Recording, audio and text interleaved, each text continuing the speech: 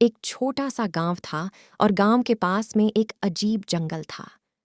लोग कहते थे कि उस जंगल में रहने वाले अत्यंत रहस्यमय पशुओं और भूत प्रेतों की दुनिया है।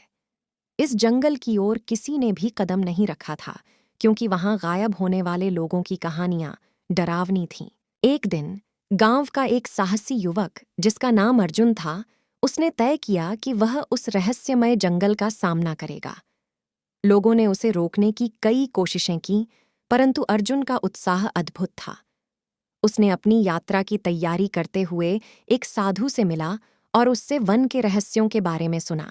साधु ने कहा, अर्जुन, इस जंगल का राज इसमें है कि वह अपने चरण से सत्य को छूकर उसकी राह का पता लगा सकता है, परंतु सत्य का पथ हमेशा खतरों से भरा होता है और तुम्हें अपनी निर्णय क्षमता का उपयोग करना होगा। अर्जुन ने साधु की बातों को ध्यान से सुना और वन की ओर बढ़ता हुआ कहा, मैं जानता हूं यह कठिन हो सकता है, परंतु मैं इस रहस्यमय जंगल का सत्य जानने के लिए तैयार हूं।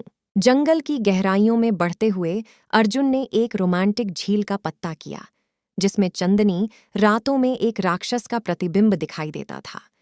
वहां एक विचित्र ब्रिज था जो झील को पार करता था। अर्जुन ने विचित्र ब्रिज को पार करते हुए सोचा, यह जंगल सचमुच अद्भुत है, परंतु यहाँ खतरे भी हैं। जब उसने ब्रिज को पार किया तो वहां उसका सामना एक महाराजा से हुआ।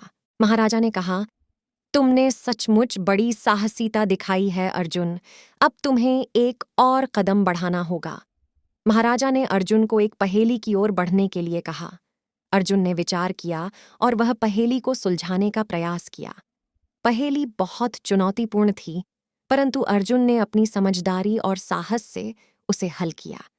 महाराजा ने हंसते हुए कहा, तुमने साबित किया है कि तुम्हारे पास असीम साहस और बुद्धिमत्ता है।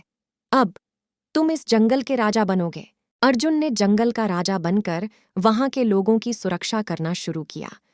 उसने जंगल में शांति और समृद्धि की स्थापना की। लोग उसे अपने नेता के रूप में स्वीकार कर चुके थे। एक रात अर्जुन ने वहां के वृक्षों की गहराइयों में एक आवाज सुनी, धन्यवाद अर्जुन, तुमने मेरे रहस्यों को सुलझाया है और इस जंगल को शांति में बदल दिया है। अर्जुन ने ध्यान से घड़ी में देखा और वहां एक प्राचीन वृक्ष के रूप में एक देवी का स्वरूप देखा। देवी ने अर्जुन को आशीर्वाद दिया और कहा, तुमने साहस, बुद्धिमत्ता और ईमानदारी से इस जंगल का सामना किया है। अब यह जंगल तुम्हारी हिफाजत में है। अर्जुन ने धन्यवाद अर्पित किया और उसके पास अब एक सुखमय और भव्य जीवन था।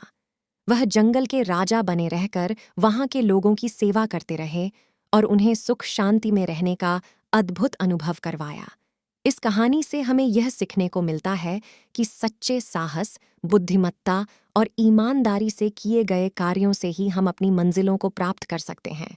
रहस्यमय और भयंकर चुनौतियों का सामना करने के बावजूद सही मार्ग चुनने और सत्य के पथ पर चलने से ही हम अपने लक्ष्यों को हासिल कर सकते हैं।